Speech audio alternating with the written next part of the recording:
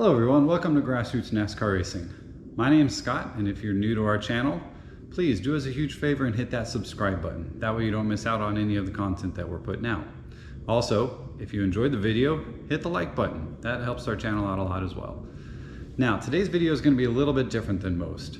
I get a lot of questions on my Facebook posts and sometimes on the YouTube videos about the cars. Where can I find one? I'd love to get one. How much do they cost? So today we're going to do a small buyer's guide to buying your first vintage race car. Now we're going to go through 5 different levels of cars, anywhere from yard art to rolling chassis, show car, race car, and museum piece. Now there's a lot of fluctuations in price depending on what you're looking for. So we're going to go through all that.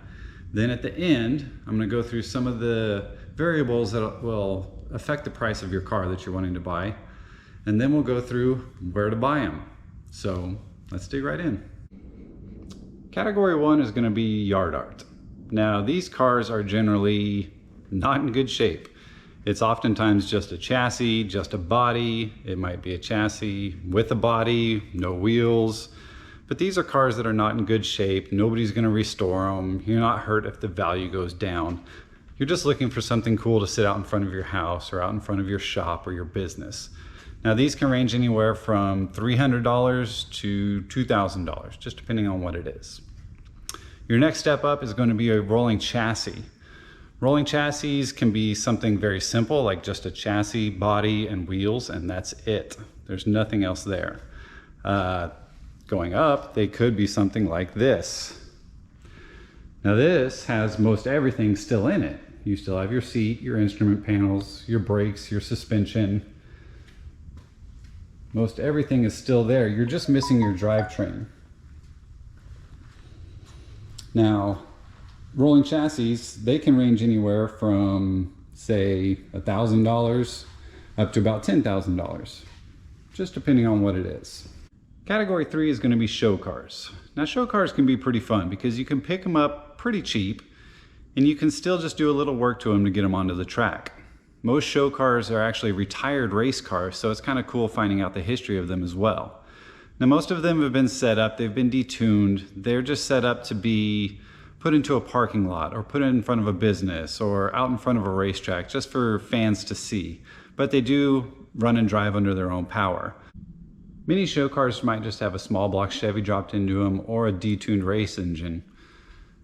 Many of them, like these are older show cars. They still have steel bodies, whereas some of the newer cars have fiberglass bodies. That's how you can definitely tell they're a show car. Now this one, there's certain signs that you can see that tell you it's a show car. Notice this one doesn't have the roof rails. If you look underneath inside, you can see where they were, but when this car was made into a show car, they just deleted that. Also on the front here,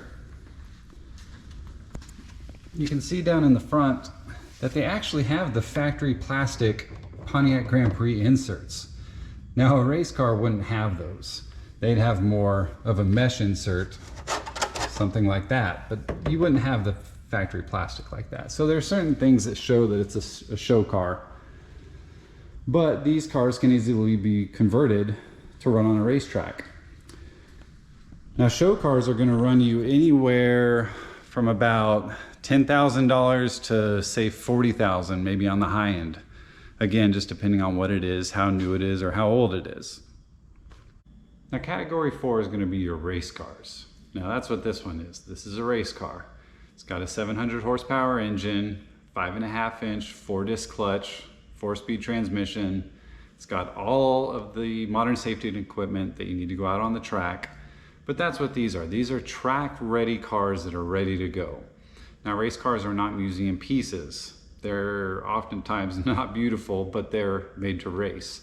This one has a few little cracks in it, a few little paint touch-ups from some battle damage, but it's ready to go. It's a race car. Now, race cars can vary in price. If you can find one under $20,000, you're doing pretty good. They range all the way from 20, say up to about 80, and they can go higher than that depending on what the car is, who the driver was. Now your last category is going to be the museum pieces. I don't have any of those because I can't afford them. A museum piece is a car that's been completely restored. It's often got a full history of it. You know what the driver was, what events it was in. It's been freshly restored and it looks pristine. Now, like I said, I can't afford any of these. These are usually going to run you anywhere from 40,000 up to the hundreds of thousands. You generally don't take these out on a racetrack much, but yeah, those are the expensive ones. Now, some things to remember that are going to affect the value of the car that you're going to buy. If you're buying, say, a rolling chassis, what's still on it? That's going to affect the value. Is it just a chassis, a body, and some wheels? Or does it still have all the equipment in it, like the seats, the gauges, the brakes, the suspension, the fuel cell? Those can affect the value. If you're buying an actual car, whose was it? Is there a history? That can change the value of it. If you know the race history and you've got documentation, that's a good thing. If it's a car that's just an unknown, you have no idea what it was before, you should be able to pick it up a little bit cheaper. The other thing is, does the car still have its original paint and decals or its original wrap? Or has some company bought it and repainted it and put their logo on it? That can affect the value. Now, the last thing is going to be, where do I find one? The first place that I like to look is a website called racingjunk.com. They've usually got a lot of good ads for a lot of different kinds of race cars, a lot of good parts, trailers, transporters, a little bit of everything. If you don't find what you want there, Facebook is always a good source. Facebook Marketplace. Just do a search. I usually use terms just like NASCAR, vintage race car, or race used NASCAR. If you don't see anything there, you can go into some of the groups. There's different groups like Stock Car Classics or Circle Track Classifieds. And if you don't find anything there, keep your eye on eBay or Craigslist. But you got to remember, a lot of this is just going to be luck and timing. A lot of these deals, man, if you don't catch them on the first day, they're gone. So anyway, I hope this has helped you out a little bit in your search for your first vintage race car. And hopefully you find what you're looking for and come back and check us out. Take care. Now, the last thing is, where do I find one? There's a couple of different places you can check. One good, blah, blah, blah.